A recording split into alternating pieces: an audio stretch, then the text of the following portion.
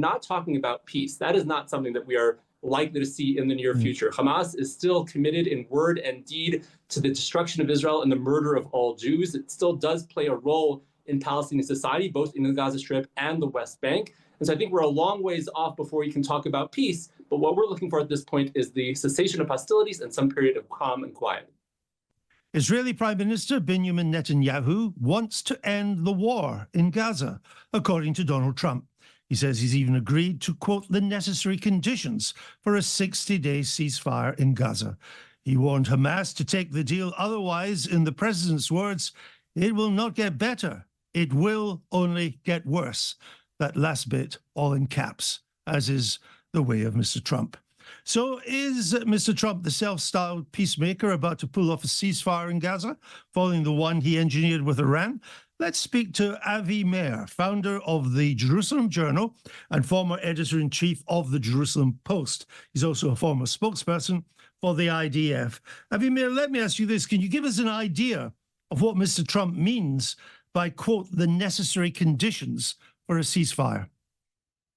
Well, Andrew, good to be with you. We haven't actually heard what the specific conditions are of that ceasefire at this time. One of the suppositions that we've heard is that it involves the release of 10 living Israeli hostages and the bodies of 18 more. Hamas, of course, being body snatchers. They've held on to the bodies of dead Israelis for almost 2 years now. And we don't know exactly what else that entails. It probably has to do with some kind of limited withdrawal from the Gaza Strip during that 60-day period, during which we understand there'll be conversations and negotiations about the final termination of this war and the restoration of some kind of calm in this part of the world.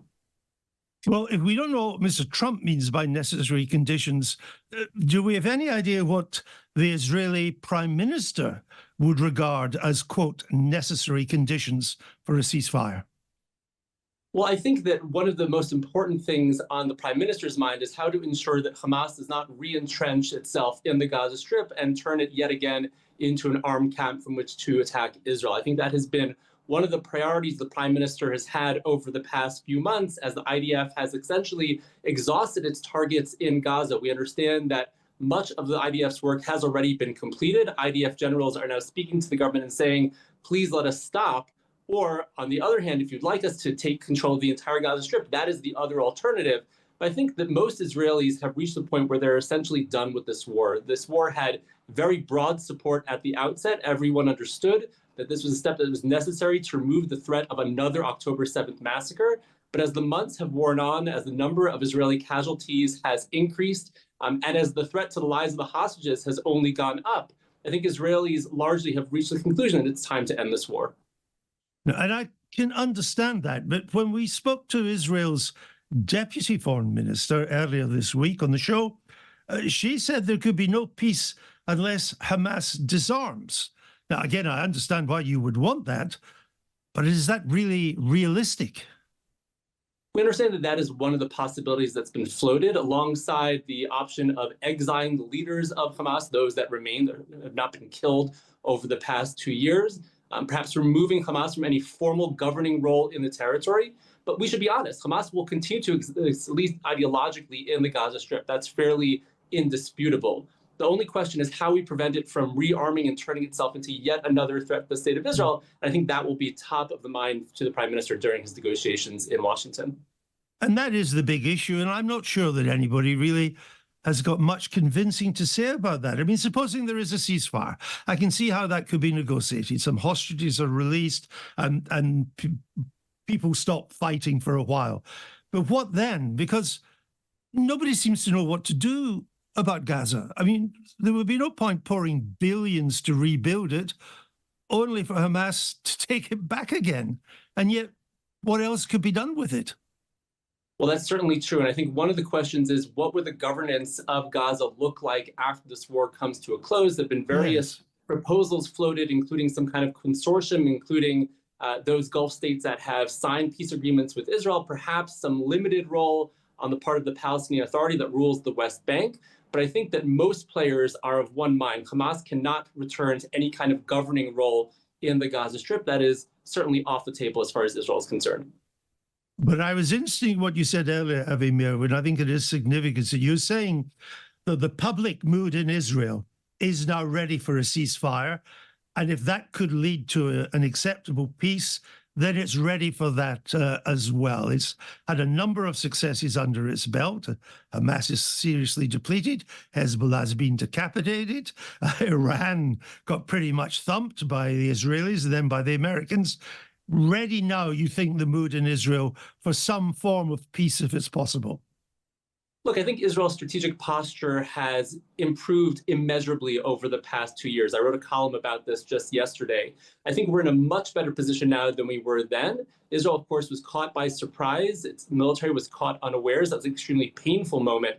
But over the past 2 years, as you said, we've dealt our enemies huge blows, most principally, of course, in Iran, most recently with the airstrikes there. And so I think the Israeli public has reached the conclusion that it's time to bring this war to a close. But it's important to clarify a point that you made earlier. We're not talking about peace. That is not something that we are likely to see in the near future. Hamas is still committed in word and deed to the destruction of Israel and the murder of all Jews. It still does play a role in Palestinian society, both in the Gaza Strip and the West Bank. And so I think we're a long ways off before we can talk about peace. But what we're looking for at this point is the cessation of hostilities and some period of calm and quiet. Well, indeed, the cessation of hostilities would at least be a start. But then, of course, then the heavy lifting has to start. The ceasefire with Iran, which seems still to be holding, was meant to be followed, as I understand it, by American-Iranian talks to rid Iran of nuclear bomb capabilities for the foreseeable future. But I'm not sure these talks are taking place, are they?